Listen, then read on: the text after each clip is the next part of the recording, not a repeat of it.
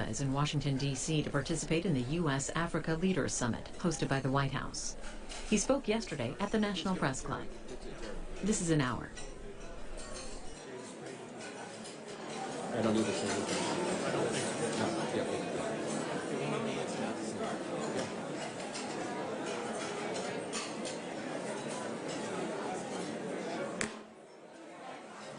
Good afternoon and welcome. My name is Myron Belkind. I'm an adjunct professor at the George Washington University School of Media and Public Affairs, a former international bureau chief with the Associated Press, and the 107th president of the National Press Club. The National Press Club is the world's leading professional organization for journalists committed to our profession's future through our programming, with events such as this, while fostering a free press worldwide. For more information about the National Press Club, please visit our website at press.org. On behalf of our members worldwide, I'd like to welcome our speaker. And those of you attending today's event. Our head table includes guests of our speaker, as well as working journalists who are club members. If you hear applause in our audience, I note that members of the general public are attending, and so it's not necessarily evidence of a lack of journalistic objectivity. We always put that disclaimer in because it's important to do so. I'd also like to welcome our C-SPAN and public radio audiences. You can follow the action on Twitter using the hashtag NPCLunch. After our guest speech concludes, we'll have a question and answer period. I will ask as many questions as time permits. Now it's time to introduce our head table guests. I'd ask each of you to stand briefly as your name is announced. From your right, Ken Yates, Senior Vice President, Jefferson Waterman International. Eric, please hold your applause until I finish. I know you're eager to do so. Eric Meltzer, New Systems Specialist, the Associated Press. Deborah Alfarone, reporter and anchor for WUSA Today 9. Our friend, His Excellency Ambassador Ibrahim Rasool, the South African Ambassador to the United States. David Calloway, Editor-in-Chief of USA Today. Mrs. Nompumelelo Zuma, the First Lady of the Republic of South Africa. Jerry Zremski, the Washington Bureau Chief of the Buffalo News, Chair of the National Press Club Speakers Committee, and a former President of the National Press Club. Skipping over our guest of honor for a moment, Kasia Klemosinska, Bloomberg News correspondent and the Speakers Committee member who organized today's event. Thank you so much, Kasia. Ms. Maite Nkwama Mushabani, the Minister of International Relations and Cooperation. Paul Barber, the North America editor of AFP TV. Connie Long, President of Audiovisual News and its senior White House correspondent, who for many years was familiar to South Africans during the apartheid period as the voice of the South African Broadcasting Corporation from Washington. And when she met Nelson Mandela when he was here 20 years ago, he said that on the radios they were smuggled into their cells, Connie's broadcast gave them hope. Thank you for being such an active member of the National Press Club, Connie. Tony Cully Foster, founder and president of CFCO International and an independent counsel to the CEO of Africa Today TV, which launches today.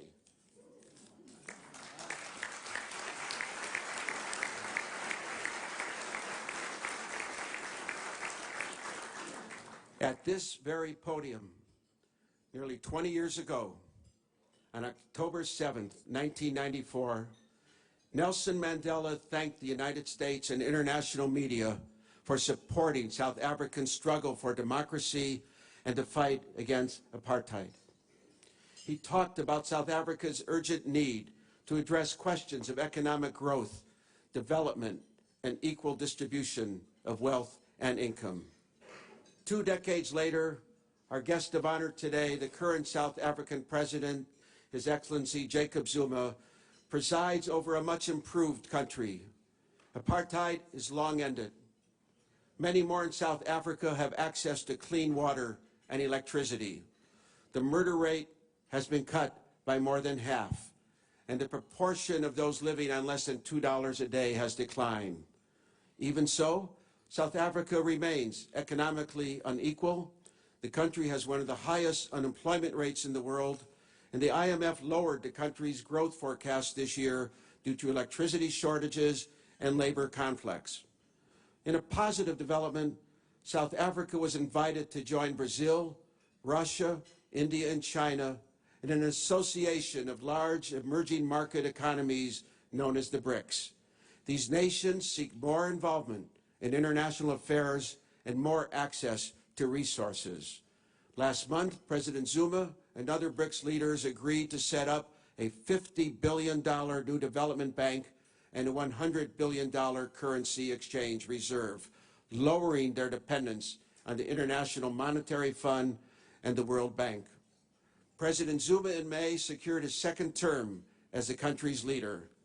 This week, he is in Washington to participate in the U.S. Africa Summit.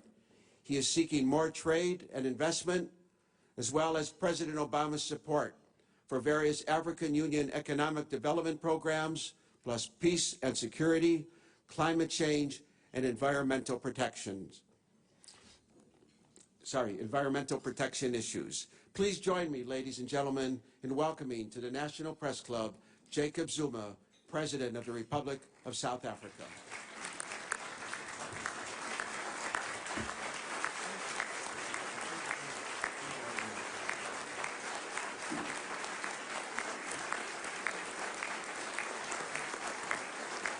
Thank you very much. Thank you. Thank you very much indeed.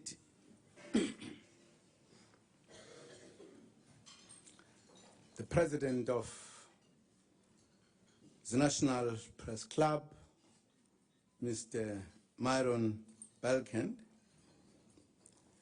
ministers and deputy ministers who are here, particularly the ones who are accompanying me to this great country.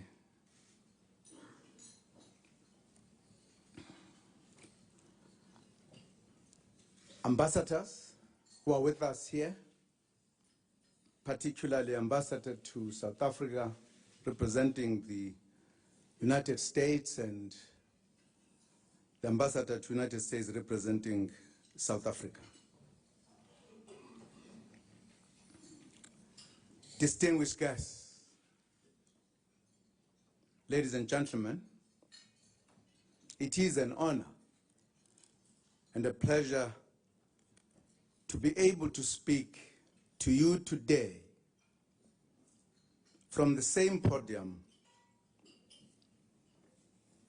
that our President Nelson Mandela spoke at 20 years ago, as you have heard, when he was thanking the United States and the media for having supported our struggle.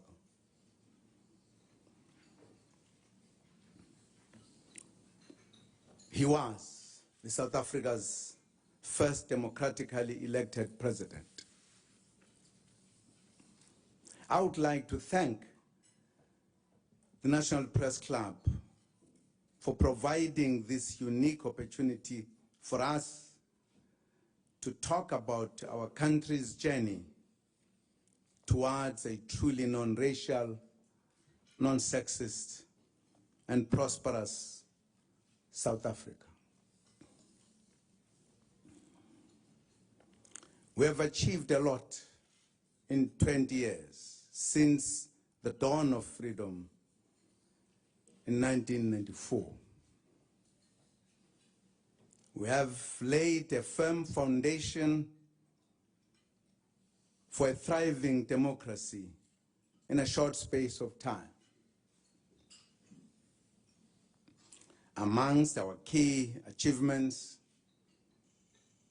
is the manner in which we have created an open democracy and an open society. We pride ourselves in having a progressive constitution that enshrines freedom and expression and that of the media. We are also proud of our well-established democratic processes, such as the holding of elections successfully and transparently every 5 years. In May this year, we cast our ballots for the 5th time, cheerfully, patiently, and in peace. Our democracy has come of age in a very short space of time. We have also done well in building a new society and an improved quality of life. We have made enormous strides in expanding access to free education, housing, electricity, clean water, and sanitation for people who did not have these basic services before. Close to half of our people are now in the middle to higher income brackets due to progressive transformation policies by the democratic government. The number of people living in absolute poverty has been slashed by the extension of a sustainable safety net to 16 million of our people who are more living under vulnerable conditions as citizens. As we work towards an ambitious target of a 5% growth by 2019, we believe we have laid a sound economic foundation. We are also encouraged by the fact that our foreign direct investment outlook continues to be positive. Last year, 130 foreign companies entered South Africa for the first time or expanded their investments, contributing to a total direct investment inflow of $8.2 billion US, which is double the figure for 2012.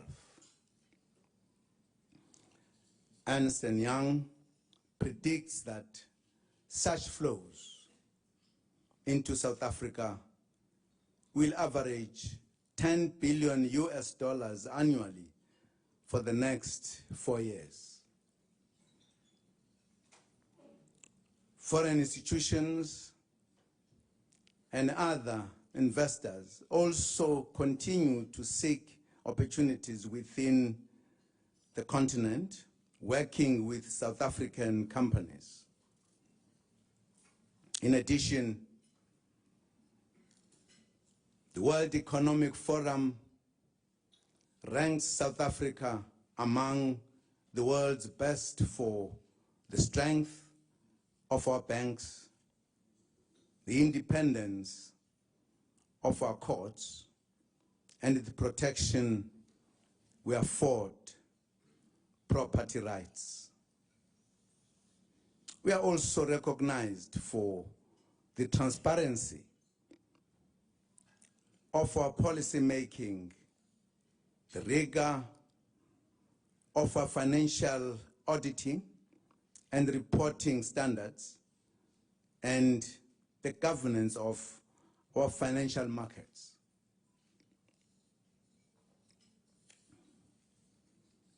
Another important study was done by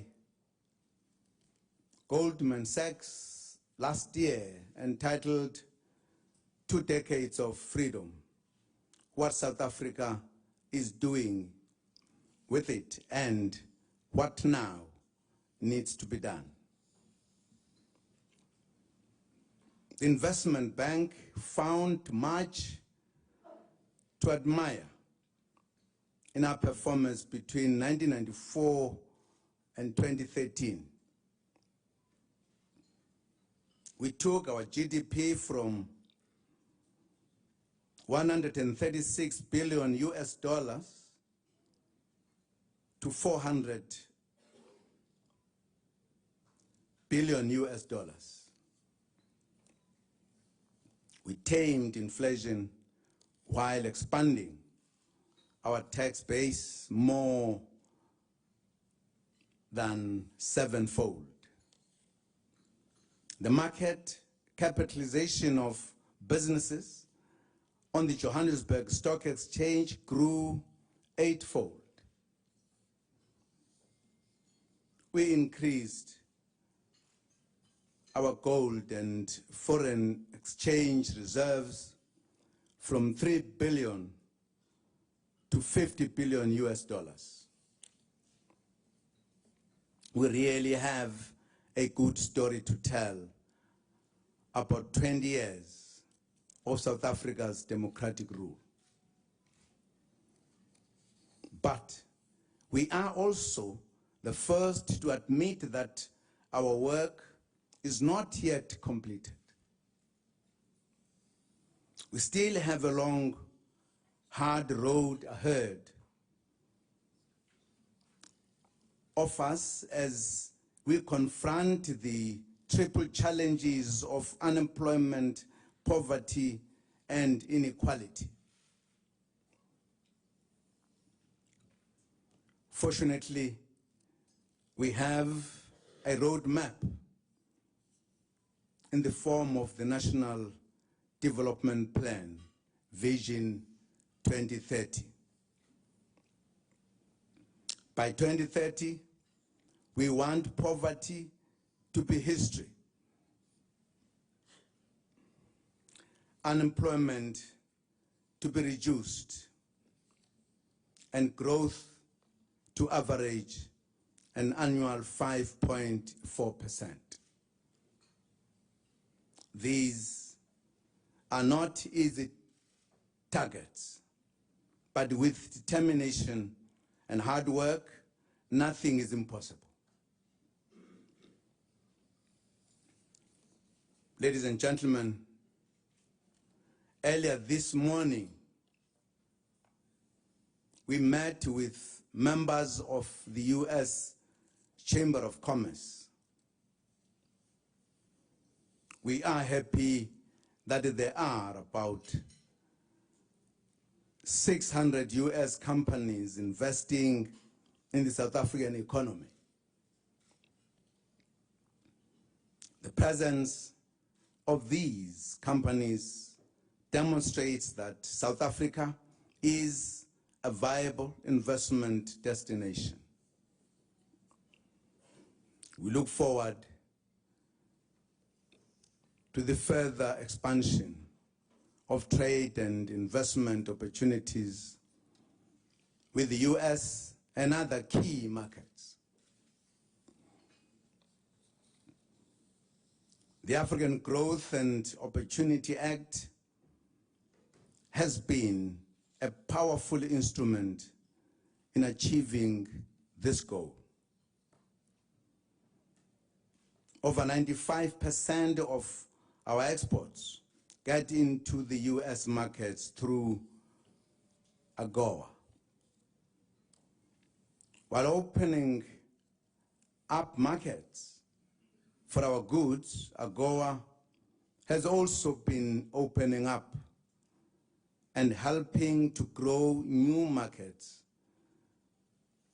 for American goods and services. We look forward to a seamless, unconditional, and long-term renewal of AGOA, with South Africa included among the beneficiaries.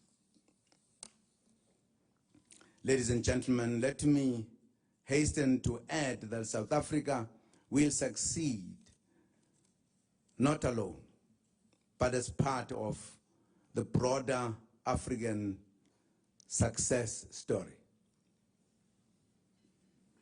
We are working to integrate our economies and to boost regional trade. We are promoting industrialization and power generation. We are developing transport infrastructure to get our goods both to overseas markets and to the new internal markets that we are creating. Together, as African countries, we are making progress in all these areas.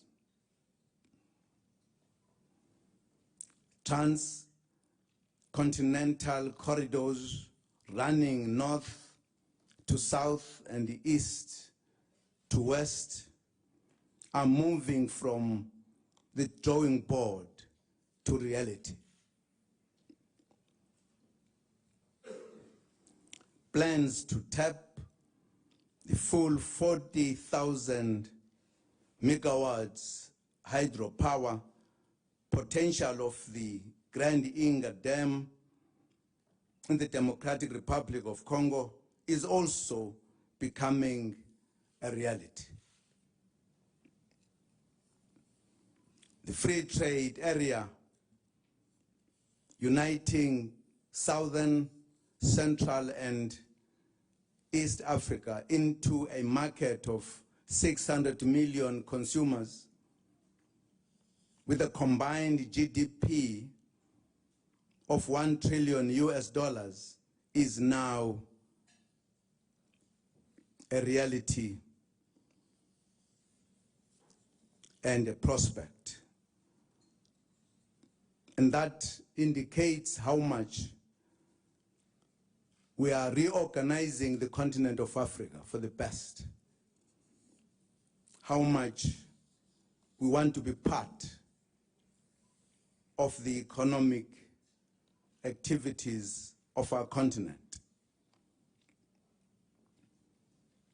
It is truly a reason of great hope and promise for Africa. While challenges remain in the areas of peace and security or poverty in parts of the continent, there is a determination to find African-led solutions to African problems. Partnerships with the world in dealing with these challenges are important. In this regard, we welcome the opportunity that this week's U.S. African Leaders Summit provides to engage further on Africa's economic growth, development, and security. We thank President Barack Obama for the invitation to participate in this summit. We are ready to discuss partnerships that will assist in making African-led initiatives succeed. We hope that the outcomes of the summit can be achieved and be implemented through multilateral mechanisms. We also look forward to outcomes that will be co-owned, co-developed, and be co-driven by the participating nations. Ladies and gentlemen, we meet during a difficult period in the Middle East. We are outraged by the killing of civilians by Israel. Some in United Nations shelters. We also condemn the killing of Israeli civilians by Hamas. We call upon all sides to lay down arms and work towards a negotiated solution that will lead to the internationally recognized and supported two-state solution. We believe violence will not solve the Israeli-Palestinian problem, but it is negotiations. It is compromises that people must make in a spirit of give and take for the sake of a bigger picture for the lives of their people. Ladies and gentlemen, it has been a real privilege to meet with you today. South Africa has a good story to tell. We are open for investment, open for trade, open for tourism, and open for partnerships that will enhance our drive towards a better life for all our people. Director of the program, I am with my ministers and deputy ministers who are in many of the tables, and I'm sure as we engage, they will also, where they will feel necessary, to come in and add or emphasize or throw light on other issues. I thank you very much for the opportunity.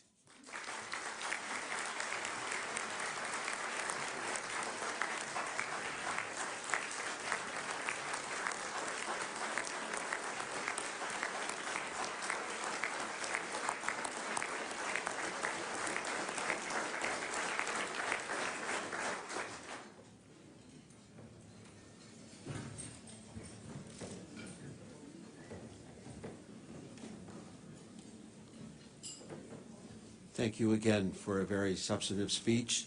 And now we have the traditional question and answer session.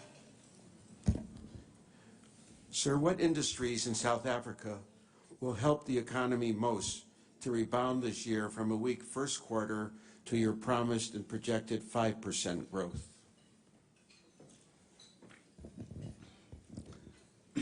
Well, we will be expecting all industries that will find an opportunity in South Africa. As you know, South Africa is one of the mining areas of the world. We're aware that there has been some strikes in that sector, but we are consoled by the fact that the relations between companies and the unions has a very good tradition in South Africa. There has been some strikes that took a bit longer, but those matters are being addressed by both government, the private sector, the companies, as well as the trade union themselves. I'm mentioning it because you cannot exclude mining in the industries that South Africa will undertake for a long time to come, and it is therefore open for investments. But we're also looking at energy. We have taken very clear decisions about energy mix, which includes, among others, the wind, hydro, nuclear energy, all energies that we talk about. We've taken a decision to deal with it as one thing that we deal with, exploiting each of these. But also we are aware that South Africa, I think, has developed shale gas, which the Americans will agree is an economic game changer. But also we are discovering oil, and we have the abundance of coal. And therefore the issue of energy in particular is very important in bouncing back our economy so that we can move quicker than any other time before. I'm merely mentioning a few. The list is endless in South Africa. Why should American businesses invest in South Africa?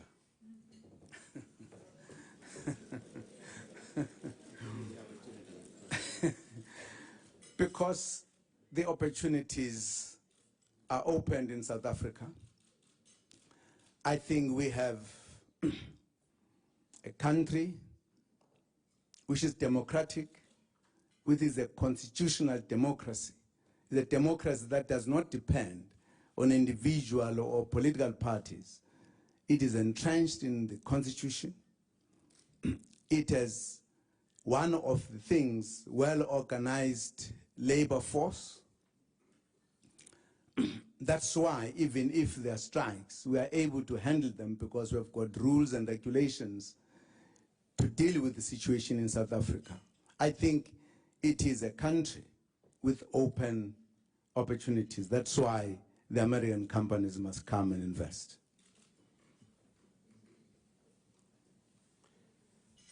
What do you think the BRICS Bank will do that the World Bank, IMF, and other development banks are not doing today?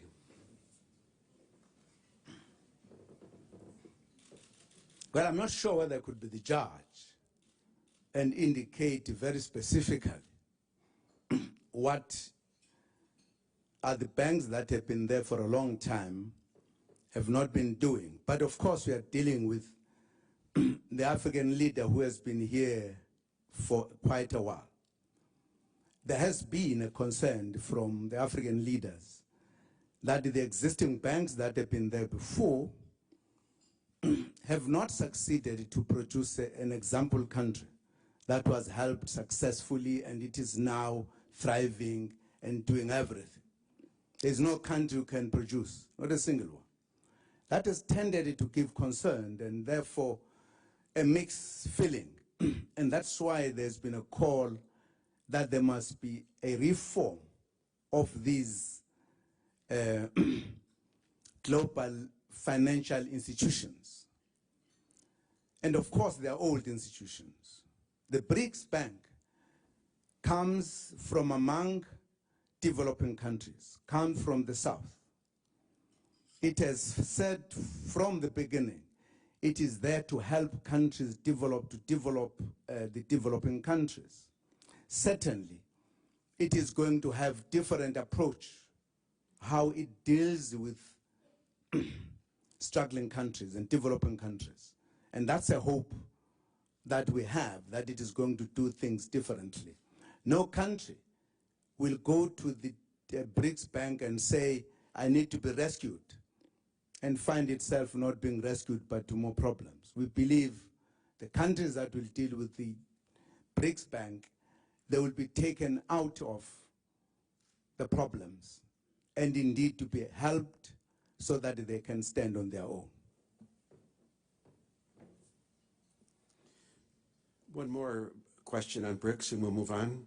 Not all of the BRICS are on the most solid economic ground these days. The Brazilian and Chinese economies have slowed, for example. What effect will this slowdown have on the BRICS efforts?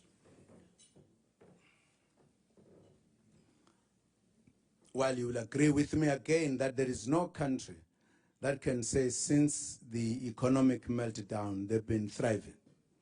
Everybody has been struggling. So there is nothing new that the BRICS countries were also affected. But you'll also agree, and I wish we had enough time, because you'll agree that even the economic slowdown, somehow the BRICS countries did stop it at some point and managed perhaps to address it quicker than it would have been. And we believe that with all the challenges that face some of the BRICS countries, but certainly to be able to utilize the bank, better their positions, and also better positions of other countries. What are the major bilateral priorities between South Africa and the United States in 2014 and over the next 3 to 5 years? I think we have outlined the priorities in my remarks this morning and earlier, that certainly the American companies have a role to play with regard to the economy of South Africa to grow, as well as the continent. This will never go away and will never be less important.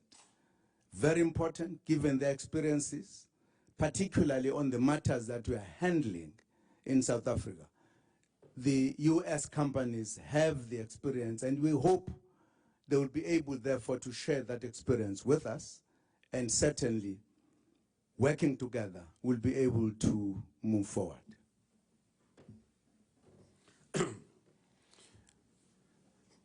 Barack Obama is the first American president of African descent. Has his engagement with African affairs met your expectations? And do you think his background has influenced his dealings with African issues in any way? Yes, it has. It has influenced his dealings with Africa, partly because of what we have said, his background of the African descent. But as an individual, I would say that in itself has not helped to some degree, because many people had looked at it from that point of view, and therefore it has made him to tread very carefully, handling these matters, and I think that's a reality. I believe he could have done more, but I think he always was aware of this fact, and therefore he has navigated that situation very well.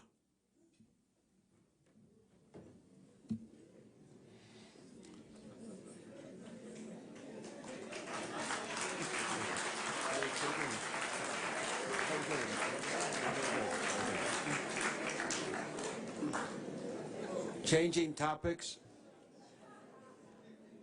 We like interaction, so we move on. I asked the president how he's doing. He's doing fine. Is South Africa at risk for Ebola? What is your country doing to ensure the epidemic does not spread? And in what way is South Africa assisting the afflicted West African nations? No, South Africa is in no risk so far. Ebola, I think, has been around for a long time in other parts of the continent. It has never come down to the south. Of course, South Africa is working together with all health institutions in the continent to address the problem. But there is no imminent risk to South Africa. Even though you're not directly affected, I think many people here would like to hear on what you feel about what does the international community need to do to successfully eliminate the Ebola virus? How much money do you think it would take, and who should provide that financing?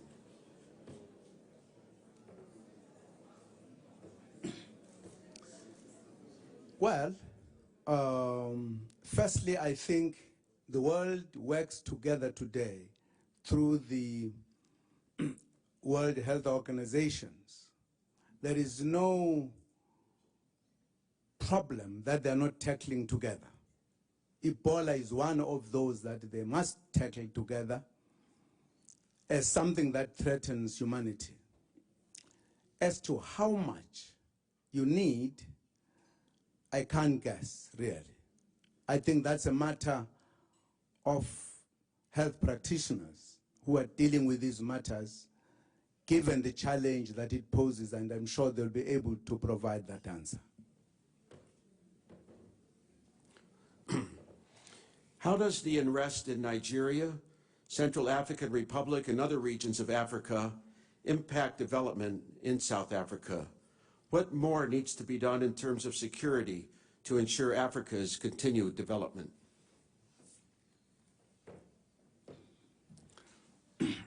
Well, any insecurity in any part of the continent impacts on the continent. We discuss this in the AU continuously. We've tried many remedies in terms of peacekeeping, peacemaking.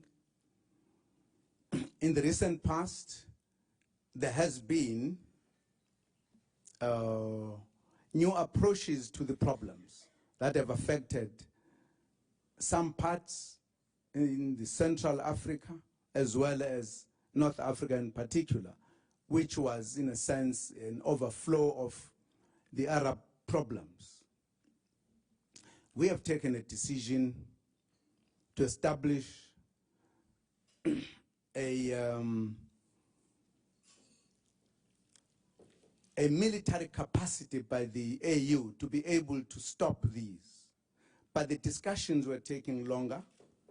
We then thought, instead of going through that process, we better establish a rapid reaction force that must be established by volunteering countries in the continent who will have the capacity, the possibility to address these issues, so that by the time we come to the ideal situation, but we are in a better position to deal with any matter that is going to arise. What, therefore, we are calling upon from big countries is the support of that initiative by the African countries, that they should support our initiative. I think that's one of the points we will be making to President Barack Obama. A related question. South Africa has sponsored a very proactive peacekeeping force in the Democratic Republic of Congo. Are there plans to expand South Africa's military peacekeeping forces in the future? Well, South Africa is part of Africa. It plays a role that other African countries play. Some of the role that it can play, some of the countries cannot play, precisely because of the sizes, because of the situations. We have been in every part of the continent as making our own contribution towards peacemaking and peacekeeping. We will continue to do so as long as there is trouble in the continent. Sir, Islamic extremism is now a significant issue across the African continent, from Boko Haram in Nigeria to Al-Shabaab in Somalia, and networks everywhere in between. To what extent, if any, has this issue affected South Africa, and how do you see the problem arriving in the next decade, and what part will South Africa play? Well, anything that happens in the continent to some extent affects South Africa. The issue of these extreme kind of activities have affected Africa. We've not just looked at it as a country, but the continent in the AU has discussed this matter. Part of the remedy I talked about earlier relates to this, that we have a quick reaction force to deal with these issues in many of the areas where it emerges. The African countries have in fact completed a plan to deal with it. It's a question of how much that is going to be supported, because we believe if it is allowed to be rooted in some of the areas, it will certainly spread to other areas. And therefore we are coming together to ensure that it is stopped. It may not take quicker given the demands to the African countries, but certainly we have taken decisions. There are some areas where we have succeeded to stop such activities. And I believe that from now on, we are going to accelerate our activities to deal with these problems.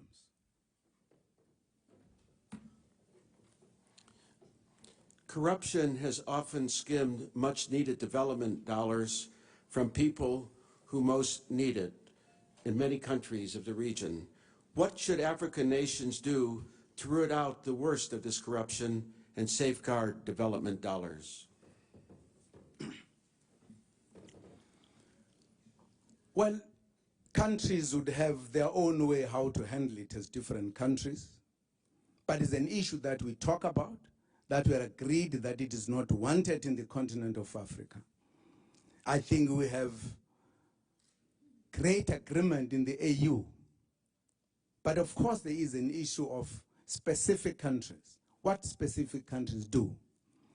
If you take South Africa for an example, we have got very clear remedies emanating from the laws to the institutions that have been established.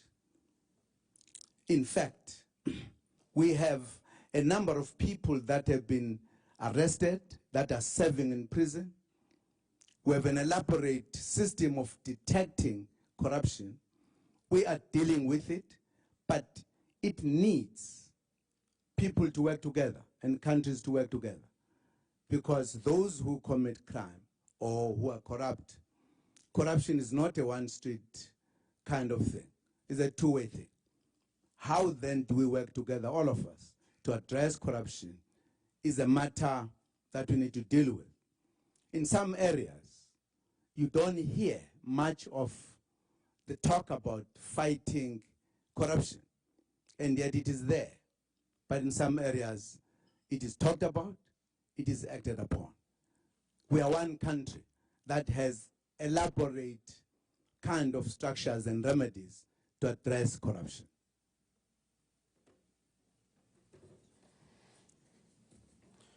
Among South Africa's biggest problems is the persistent racial and class divide of the nation.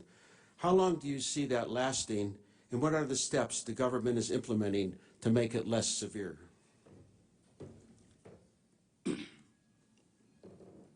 Well, the class division in South Africa have a peculiar history. Was one of the things that deepened class divisions was racism. Because in South Africa at a given time, just by your race, you are identified in a particular category of a class. Those are the matters we are dealing with, and I think we are making headways because we are tackling poverty, inequality, which we said is a problem, and the gap between the rich and the poor, which perpetuates the class divisions, is a matter we cannot put the date that by this date we would have dealt with it. It's a matter that we're going to deal with it as much as we can. But we think tackling poverty and inequality will go a long way to address the issue. Thank you. South Africa has recently launched an ambitious nuclear program. What role will nuclear energy play in the development of South Africa's economy? We believe it will play a greater role.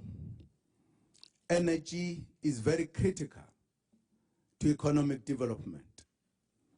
We have a great plan to utilize our energy to help develop our economy, and we believe very, very, very soon there will be a clarity of what role it plays. We are not looking at energy only as a country. We are looking at it from a regional point of view as well as a continental point of view.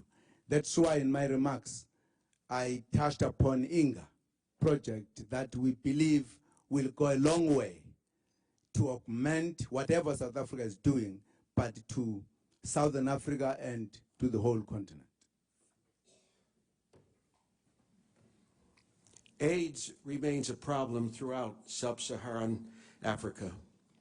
Do you feel that the World Health community and pharmaceutical companies are doing all they should do to make anti-AIDS drugs affordable throughout the region? Yes, I think they're trying their best. They're trying their best, and I think the awareness today is far better than what it was when the pandemic started. You know that South Africa was one of the countries that was being criticized very highly with regard to HIV and AIDS. But today, you'll agree that many countries are saying South Africa is an example because of our programs we've put in place. If that is the case, I think that gives hope that we can deal with this in a shorter time than we could realize.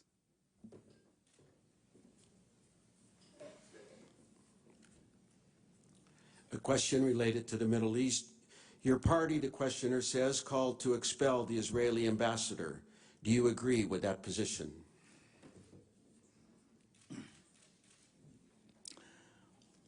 Well, as you know, there was a demonstration in South Africa where this call was made. People were indeed worried about what was happening.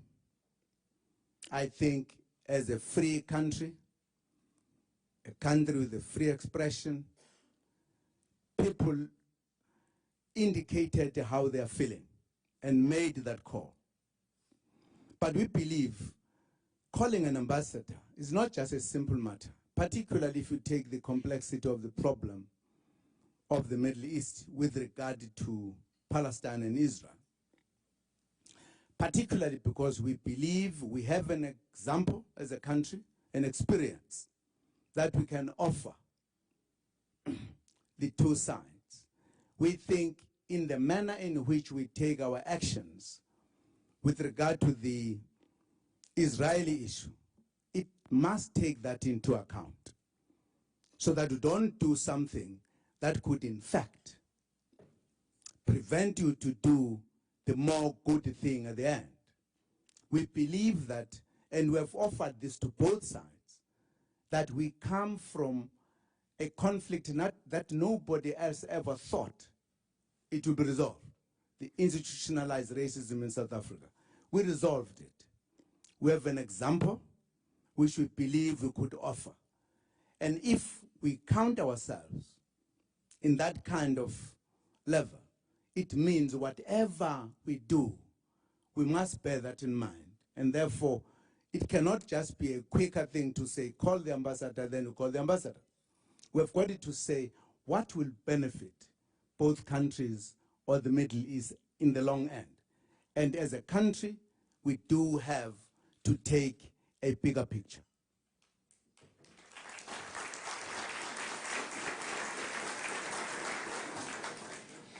One last question before our final question. This is a question, the final question is generally on a more lighter note, and we're just building up to that.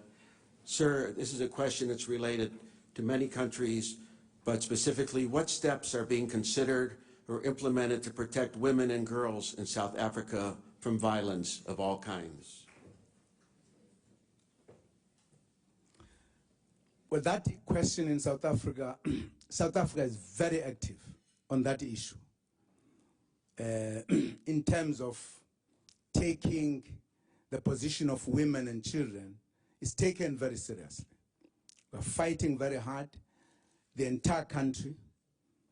We have taken a position to empower women, not just to talk about them, but to give them responsibilities in the decision-making so that they are part of the process of addressing that issue.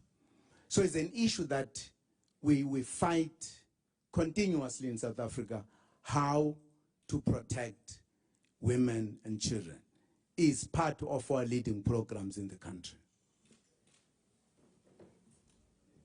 Thank you, sir. And if you could just stand by for the final question. But first, we are almost out of time. But before asking the last question, we have a couple of housekeeping matters to take care of. First of all, I'd like to remind you about our upcoming events and speakers. On September 18th, there will be John G. Stumpf, CEO of Wells Fargo, will speak. And on September 19th, Larry Merlo, President and CEO of CVS Corporation. And as I said at our lunch on Friday, I know that Jerry Zaremski, the chair of our Speakers Committee, and Donna Lanois-Legier, the vice chair, are working hard to complete bringing you a very full program for the rest of the year. Next, I'd like to present our guests with the traditional National Press Club mug. We are honored to do so, as we did to Nelson Mandela. Thank you very much. Thank you. Thank you very much. And now for the final question. And now the last question. Sir, much has been said about Nelson Mandela's profound impact on your nation and the world. That being the case, could you share any special recollections of your experiences with him that will inform us even more about the kind of man he was? Thank you very much for that question. And of course, Nelson Mandela has always been a special man. We who joined the struggle that he was leading at one point shared many things. And I don't know which one you can talk about, but his greatness was felt by us as the followers of him. When he was the volunteer in chief, when I joined the ANC, I was a volunteer, so he was my commander. But there are many things that he did. His appearances in court twice, in 1962 and with the Rivonia, I think summarized what we all stood for. It reminded me, and I was telling the story recently, when he left to prison, he visited a hall where he addressed a public meeting first, or as a last public act, 1961. Among the people who were there was an old journalist, and I'm remembering that because I'm among the journalists. And he was asked to give an account of that day. He said he came, firstly the venue changed. It was supposed to be somewhere and there were some difficulties. They came to a different, which was a smaller hall than usual. This journalist came, there was nowhere to come in. We were there as volunteers, not wanting things to go wrong. He looked around, found a window on top. So he jumped to the window and just threw himself inside. And where he came, people had no alternative but to allow him, because there was nowhere to push him around. Without realizing, a few police who were political police in South Africa, we called them special branch,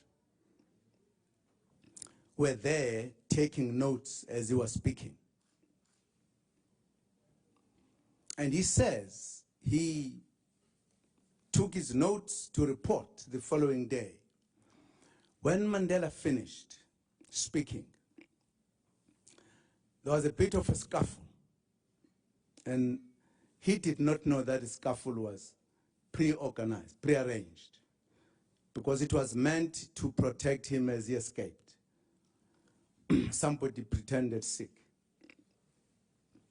He says as he finished, one of the special branch turned to the other and said, this is like a state of the nation having been given by the President of the United States. Thank you.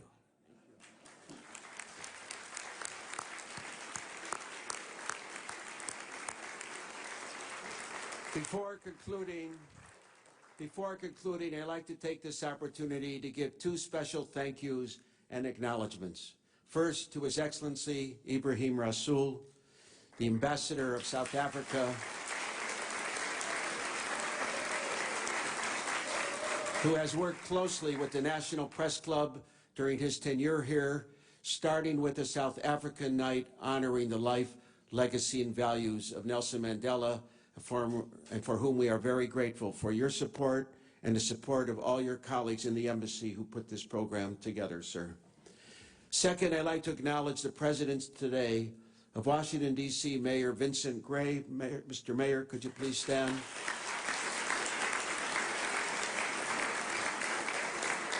Who signed a sister city agreement with the executive mayor of Tshwane or Pretoria.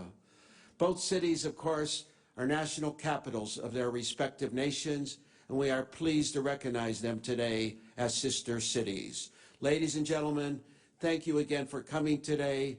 Thank you especially to our very special guest of honor, and pleased to thank you once again and to say, we are adjourned.